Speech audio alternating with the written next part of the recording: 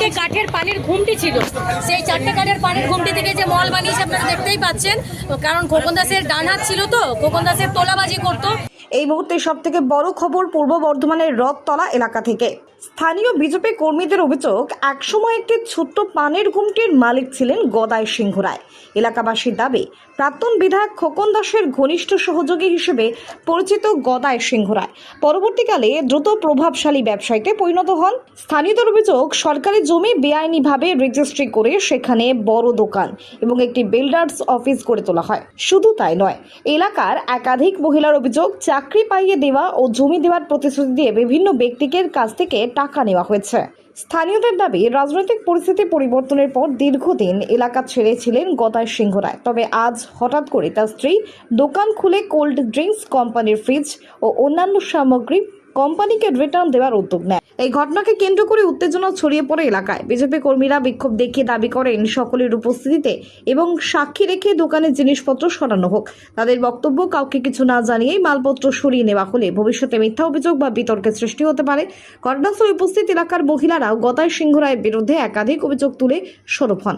আসুন শুনে নেওয়া যাক ওই এলাকার মহিলারা ঠিক কি বলছেন। চারটে কাঠের পানির ঘুমটি ছিল।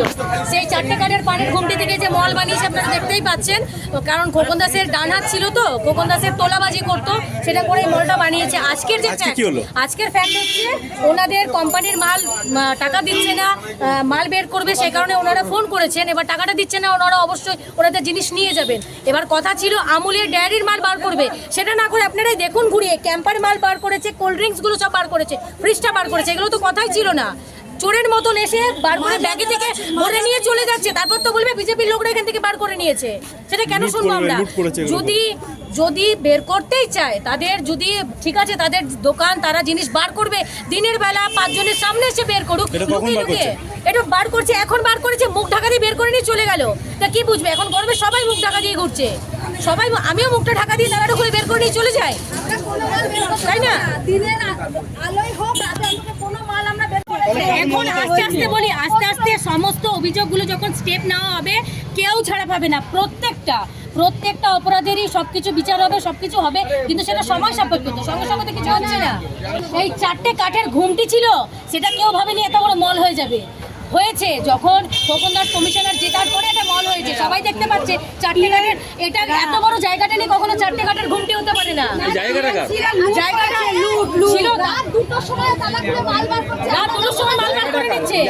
জায়গাটা আমি বলি, জায়গাটা এখানে যে ঘুমটিটা ছিল, সেটা ক্লাব ছিল, সেটা ছিল মানে মেন ব্যাপারটা। ওই ঘুমটিটা হয়তো